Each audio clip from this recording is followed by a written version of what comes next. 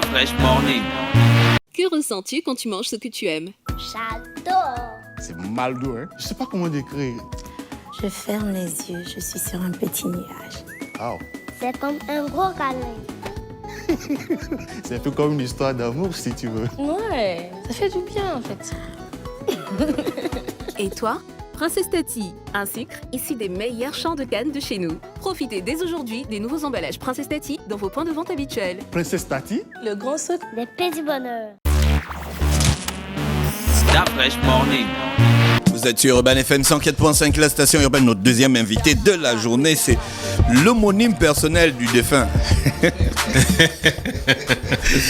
Oh, on m'a défondu. Tu es un vrai malade, quoi. Voilà, Bonjour. voilà. On m'a défondu. On m'a défondu. Comment tu vas? Le gars nous fait Ça prier va, ça depuis va. le La rire à forme? gogo, mon gars. Ça va. Beaucoup d'activités hein, depuis le départ. Ça fait un long chemin que tu as. Oui, près de 25 années. Ouais. Depuis le rire à gogo.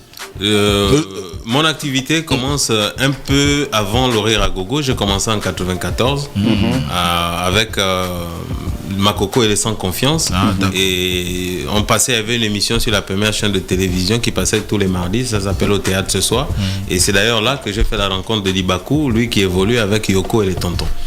Donc c'est en 95 maintenant que Gabon Télé, à l'époque, la RTG chaîne 1, qui avait mis en place un programme, le rire à gogo, qui avait fini par Devenir le nom de votre le nom de notre groupe. Ils nous ont sollicité pour pouvoir animer ce programme-là et c'est comme ça que nous nous sommes... Vous étiez très jeune. Oui, très très jeune. Vraiment très très jeune. Moi, j'étais encore au lycée. C'était pas facile avec la famille, mais on a réussi à convaincre la famille un peu à aller en violation des règles. C'est un bon métier, comédien. Oui.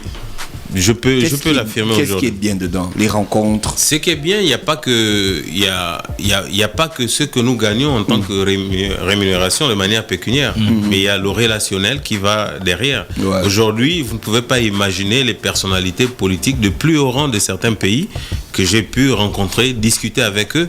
J'aurais peut-être eu un doctorat que je n'aurais pas eu ces opportunités-là.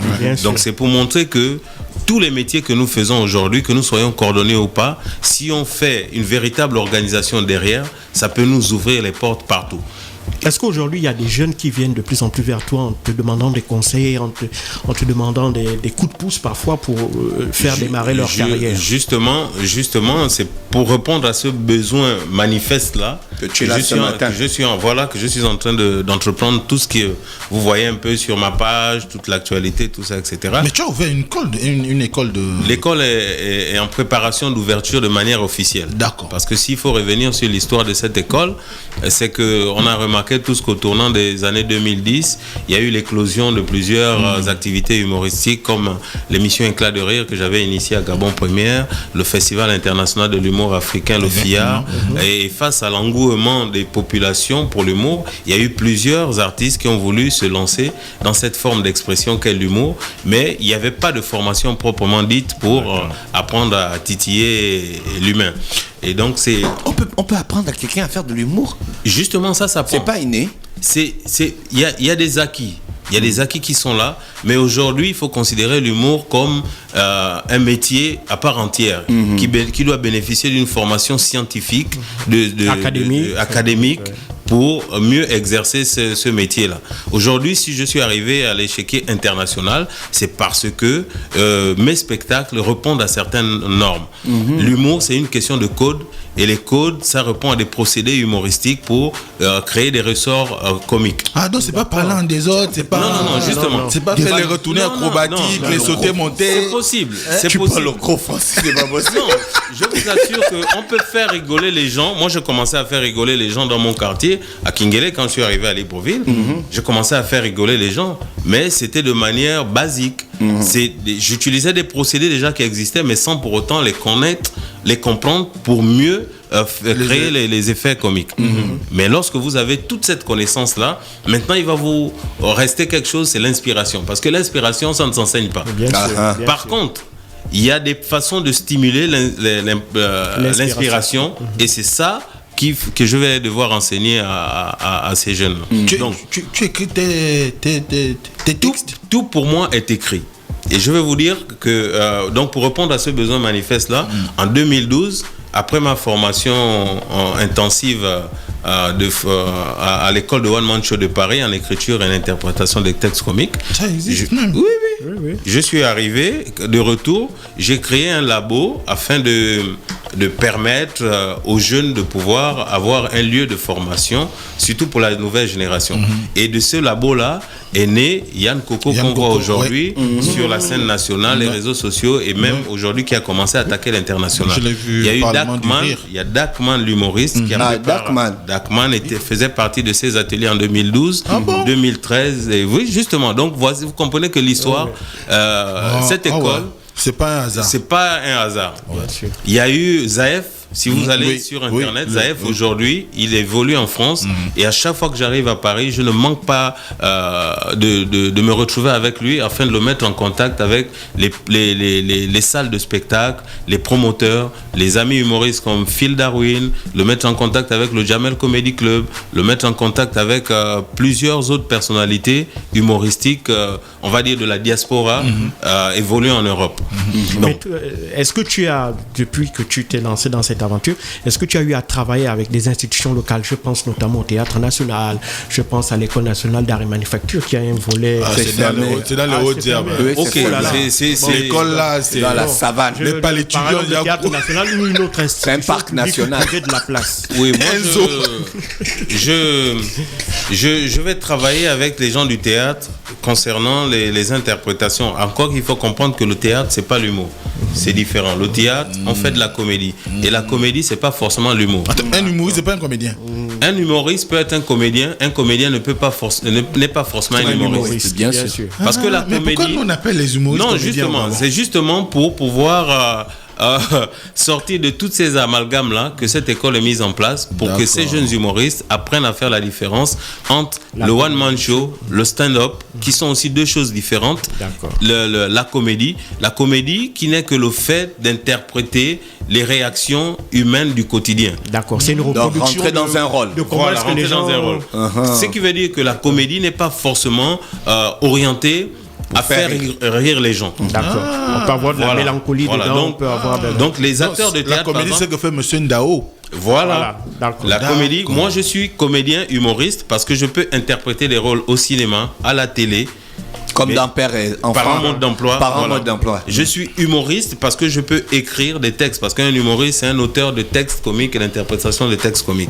Et aujourd'hui, la vision de l'école, c'est de pouvoir développer des humoristes qui n'ont pas forcément la capacité, le potentiel d'interpréter, mais qui peuvent être en backstage pour écrire pour les personnes qui ont un potentiel physique pour pouvoir interpréter les rôles. Bon, étant donné l'expérience et la notoriété que tu as déjà acquise, est-ce que aujourd'hui on te voit déjà à la télé dans Parents Enfants Mode d'Emploi, mais est-ce qu'aujourd'hui on t'a pas encore proposé des rôles dans des films, à l'instar de ce qui est fait avec Serge Abessolo? Mais si, je n'ai pas peut-être eu les rôles principaux, mais les choses se font de manière progressive. Serge Abessolo, pour arriver à avoir un rôle principal, il a dû parcourir du chemin. Mais de toutes les façons, moi je suis sur cette même lancée. Vous allez voir le film Dolé, j'ai eu une petite apparition d'à peu près quelques secondes.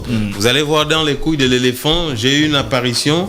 Vous allez voir aussi dans L'ombre de Liberty, j'ai eu une apparition qui était un peu plus grande. Vous allez voir dans le Bienvenue au Gondwana, j'ai eu une apparition. Voilà, effectivement. Et moi-même également, mes propres projets, j'ai des projets de séries et de longs métrages de comédie.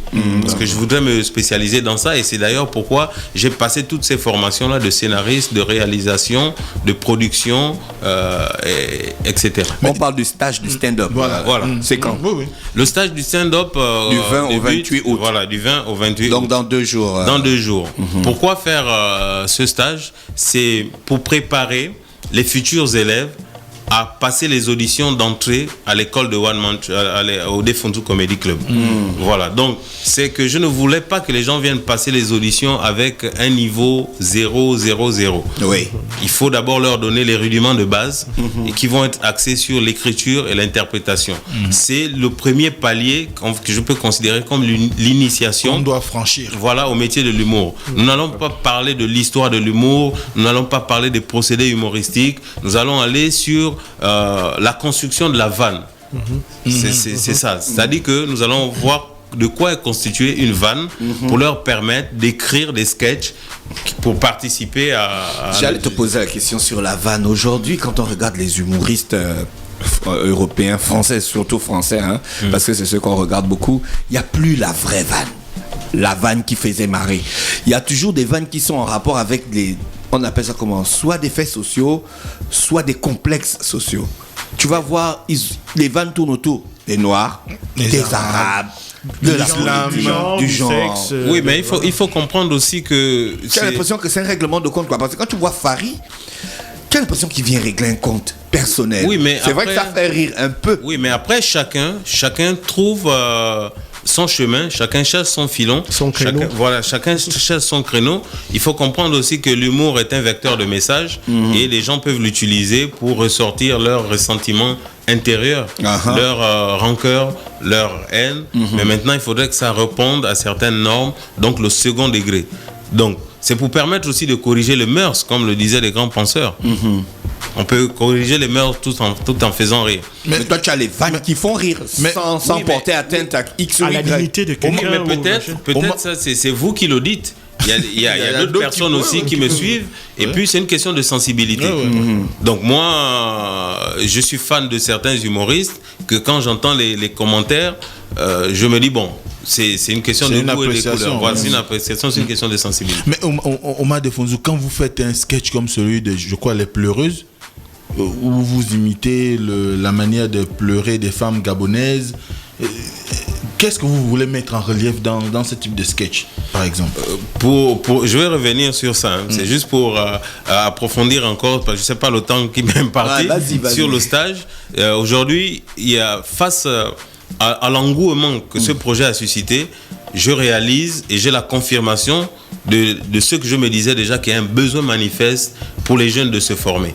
Pourquoi les jeunes sont aujourd'hui intéressés à se former? C'est parce qu'ils ont déjà vu ce que j'ai démontré dans le cadre de la formation. Ce que j'ai ignoré de dire, c'est qu'aujourd'hui, je suis reconnu par les organismes internationaux comme formateur, l'un des rares formateurs en Afrique pour le métier de l'humour. Et d'ailleurs, en 2013, j'ai été sollicité par un organisme international pour aller former la nouvelle génération humoristique congolaise de la RDC.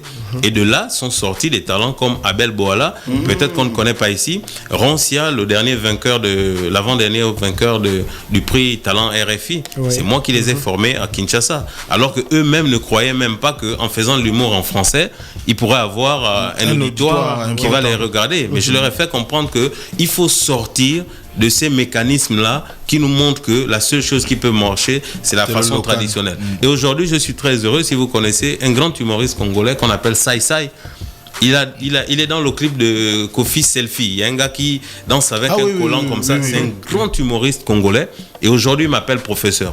Pourquoi il m'appelle professeur? Parce que lui, il a vu ce que ça a apporté à Roncia.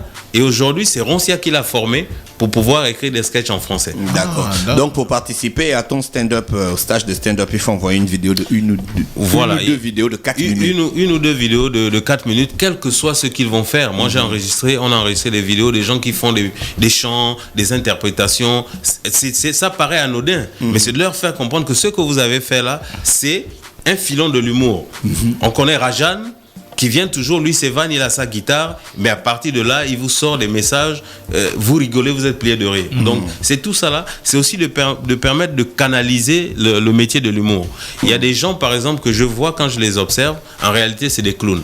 Mais comme clown, non, justement, pourquoi ils rigolent? Parce que clown, on le prend dans le sens péjoratif. Je vois un peu comme un bouffon. Voilà, on le prend dans le cadre péjoratif du terme. Mais je peux vous dire qu'en France, il y a des gens qui vivent en étant clown.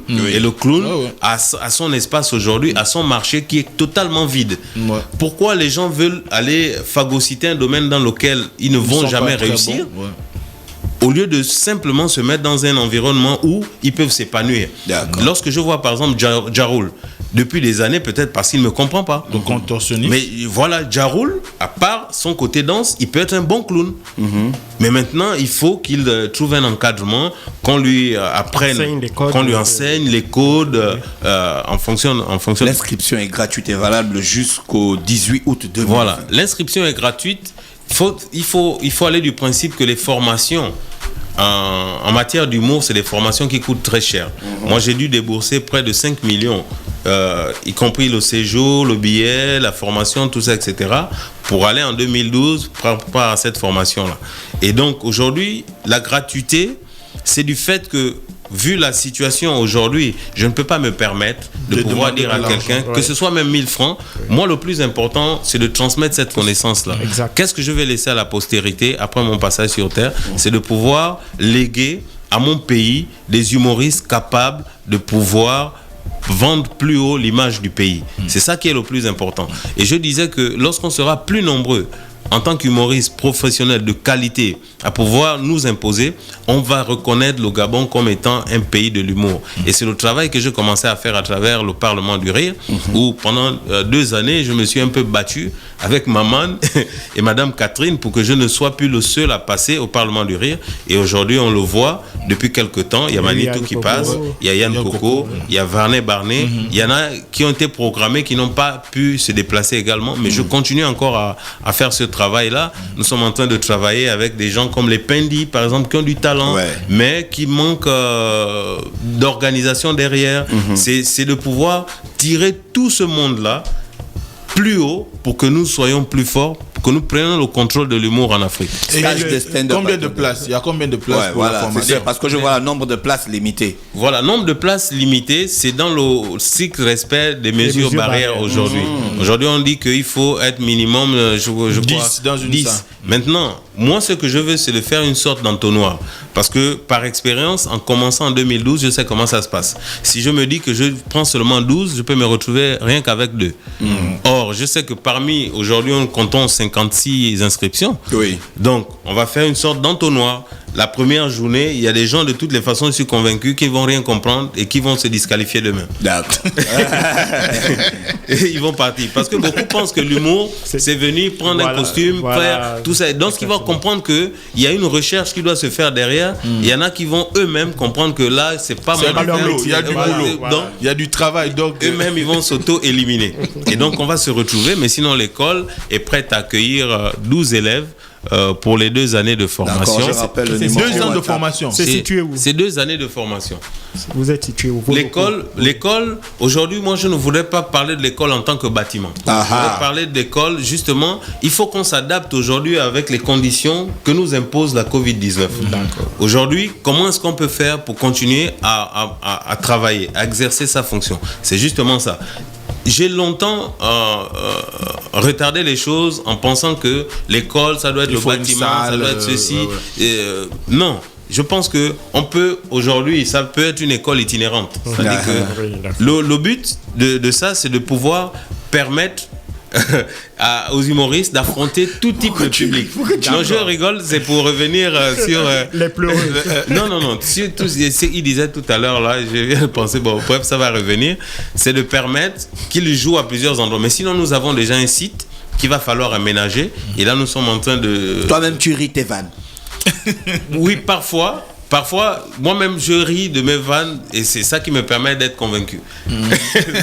Parce que si moi-même je rigolais... D'accord, je vais rappeler le numéro WhatsApp pour envoyer sa vidéo. Donc, envoyer 1 ou 2 vidéos de 4 minutes par WhatsApp au 062 32 26 27.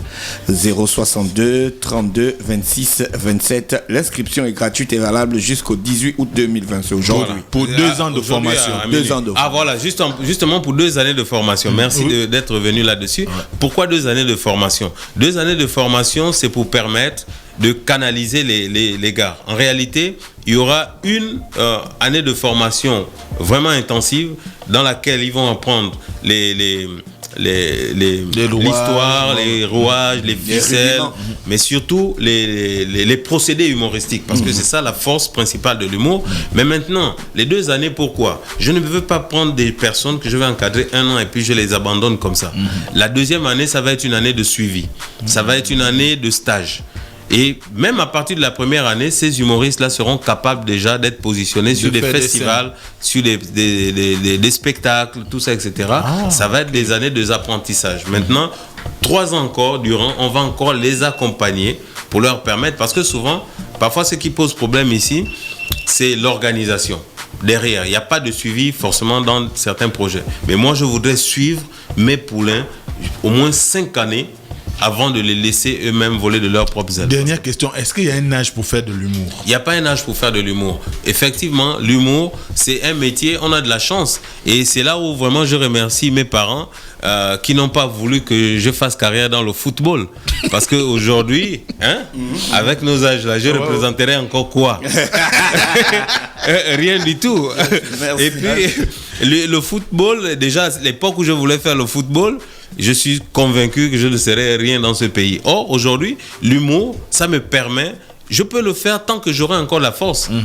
Oncle Nsama, qui est un de mes pères spirituels, parce que c'est lui qui m'a donné ma première formation en acteur et metteur en scène en 95, mais il continue d'exercer. Otsama Morabike, l'homme de fer. Otsama Morabike, l'homme de fer. Defunzu, pourquoi tu imitais les voix des présidents? Pourquoi tu n'imites pas la voix du président Ali Bongo? Bon, Elle après, est difficile. elle La est pas- texture. Combien tu as peur? Combien tu as peur? Non, je n'ai pas peur.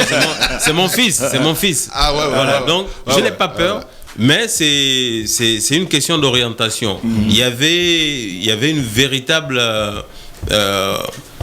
Omar Bongo, c'est-à-dire que c'était pour moi aussi une occasion de rendre hommage pour toute l'activité. Mais il n'est pas exclu que je puisse imiter, et vous allez voir avec mon retour, parce que j'ai fait une petite pause de pratiquement 10 années pour pouvoir organiser tout ce qui se fait aujourd'hui. Mais maintenant, je suis en train de revenir petit à petit. Il y a une de tes vannes qui avait été censurée, ou bien ça a fait beaucoup de problèmes là où Omar Bongo arrive au paradis et tout ça. Est-ce que c'est toi qui Non, as fait ce ça? n'est pas de moi. Ah, Ça, d'accord. C'est pas Marocco. Ça, c'est Marocco. Ah, c'est Marocco, Voilà. oui. Maintenant, pour C'était chaud, revenir- Oui, bon, je ne sais pas. Parce que après, il y a aussi des interprétations que les gens font de certaines choses. Les gens s'imaginent que, s'il a dit ça, c'est qu'il a été censuré derrière. Mais je ne pense pas. D'accord. Moi, je ne pense pas, parce que nous nous sommes quand même retrouvés dans des événements officiels où il a joué ce sketch-là. Et si ce sketch était censuré, je ne il pense devait pas pas le faire. L'avantage aujourd'hui, c'est que je dis aux gens, on n'a pas idée de la liberté que nous avons de pouvoir dire certaines choses. Moi, Jamel m'a dit un jour, lorsqu'il a suivi mes vidéos, il m'a dit que, mais toi, si tu étais dans un autre pays, tu seras en prison. Tu comprends? Donc c'est pour dire un peu qu'aujourd'hui, nous avons la possibilité de dire certaines choses et de porter nos messages un peu plus haut. Donc pour revenir maintenant sur ce que je disais, pour ne pas oublier, les pleurs. Justement aussi, c'est culturel. Vous allez voir que vous allez apprécier ce sketch parce que vous êtes Gabonais, vous connaissez les réalités. Mais maintenant, pour un Burkinabé, ça ne lui dira rien du tout. Il dira, mais oui, lui là, il me fait pareil. Pourquoi? Parce que c'est pas, il ne comprend pas. Et c'est pourquoi c'est pas dans sa culture. un sketch s'écrit, se réécrit, se réécrit, se réécrit, se réécrit encore. Moi, mon spectacle, je peux le jouer. Defunzu nous amène en bateau, Tchanda. Non, je vous amène pas en bateau, je vous dis ça. C'est-à-dire qu'il que a réécrit. les réécrits là. C'est Il est justement- modifié continuellement. Vous allez comprendre pourquoi je le dis. Le même sketch que je joue ici à Libreville, lorsque j'arrive à Brazzaville, c'est justement ce que les gens doivent comprendre. Parce que pourquoi beaucoup de gens échouent lors de leur prestation? Ils vont aller dire non, Langa, tout ça, etc. On était à Rio. Mais est-ce que vous êtes sûr que votre auditoire connaît Langa, l'expression Langa? Est-ce que vous êtes sûr que votre auditoire sache c'est quoi Rio? Où ça se trouve? C'est une question culturelle aussi. Ça nous ramène aussi à la culture et les codes. Donc moi, si j'arrive à Brazzaville, je cherche à transposer mon sketch avec Sur les la réalités. réalité du local. Langa, qui signifie la fille ici, c'est quoi son équivalent à Brazzaville, c'est quoi son équivalent à Bamako? C'est pourquoi je dis ça se réécrit, ça se réécrit. Mon ordinateur là est bourré de versions de mes spectacles. D'accord. En fonction des lieux dans lesquels je joue. Et il faut dire que même encore sur place ici à Libreville, ça dépend du public à qui j'ai affaire. D'accord. Je vais jouer pour les enfants, je vais adapter mon sketch pour les enfants. Je vais jouer pour les autorités, je vais adapter ça pour les autorités. Parce qu'il y a un jargon lexical qui doit répondre à certains codes pour qu'ils déchiffrent les informations.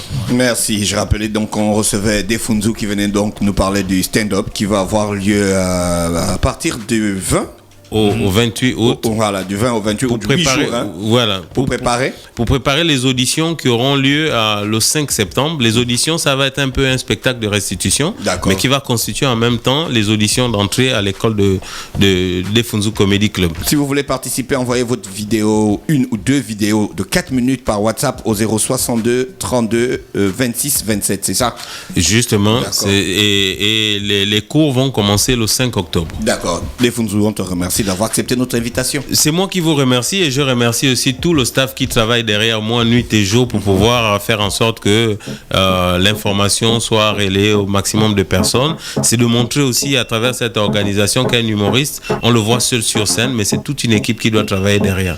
Si on veut avoir la liberté de pouvoir créer, il faut avoir des gens en backstage qui travaillent au niveau de la communication, au niveau de l'organisation. C'est ça là qui va faire en sorte que lorsque tous nos humoristes seront composés de la sorte, nous allons être sur l'échiquier international vraiment une multitude et créer une véritable invasion humoristique. Merci Defunzo. Merci. Stop Fresh Morning.